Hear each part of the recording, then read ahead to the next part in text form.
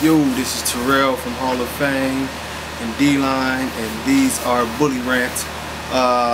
This topic is more so something that it's just a response, really. I'm not going to cut any corners or anything. I hear the radio shows, I hear the comments, I hear stuff that's directed towards me and other people, and of course I have my opinion on it.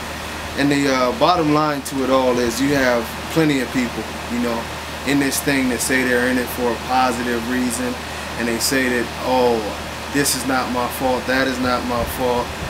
And really, you can only be judged on your actions in this bully game, you know. And I'm not looking for any pat on the back as far as anything that I do now and in the future, because it's all for the love of the dogs.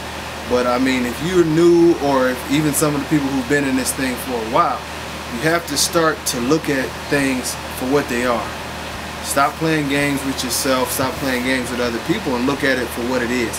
You know, you have people here who say they did everything in the world for these bullies, but there's no proof. You know, you have people that say, the latest craze is, I do all of this charity work. You do all this charity work, but none of these charities have ever given you a pat on the back, an award. You never see any pictures of anybody with these people from charities. We always see them trying to get pictures with celebrities, and we see many different things going on that's not really, you know, too much dog related. It's more self-glorification, you know. And during this process, I think the biggest thing that anybody could do for these dogs is improve the dogs themselves.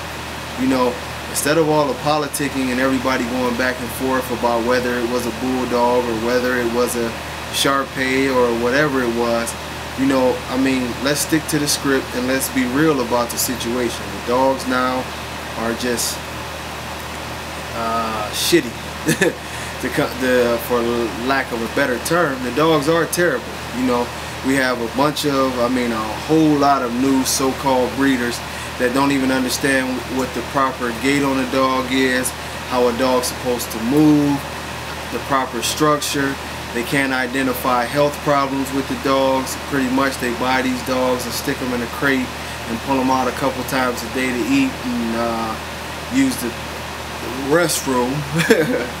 And I mean, it's a lot of education that needs to go on in this breed. Before you call yourself a breeder, you should know exactly what you're looking for. You should already have exactly what you want in your dog before you even start going forward.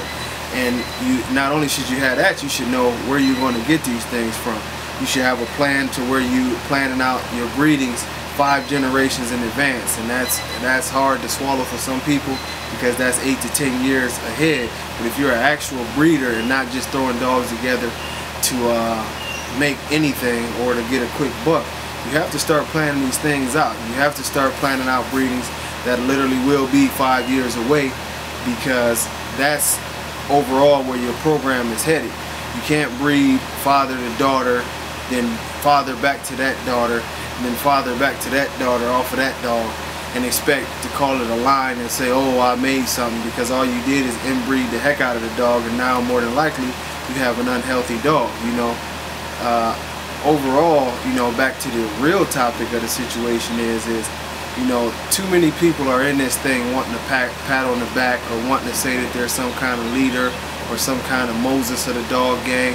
And more people need to step up and do the right thing and truly start coming out and helping these dogs out. You know what I'm saying? Put your foot down. You know, if you believe that a dog shouldn't have been a champion, don't be afraid to say that. I don't believe that certain dogs with high rears or bad bites or terrible movement or anything else should be a champion, because that's the standard in which we represent our dogs as. I don't have respect for these guys who talk about 2-inch bullies and bring me a French bulldog in the ring.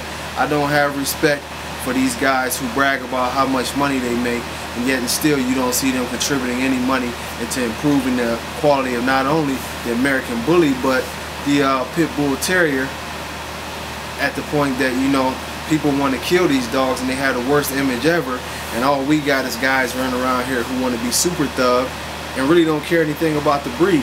But the more that you people buy dogs from these idiots, the more that you people want to jump up in pictures and glorify these guys. This thing will keep on going on, and at the end of the day, all that's going to happen is we're going to get to the point where we don't have any bullies at all, and possibly any pit bulls at all. And really, it won't be anybody's to blame but ourselves for not only the abuse that the dogs have taken over the year, but the abuse and the exploitation that they go through now.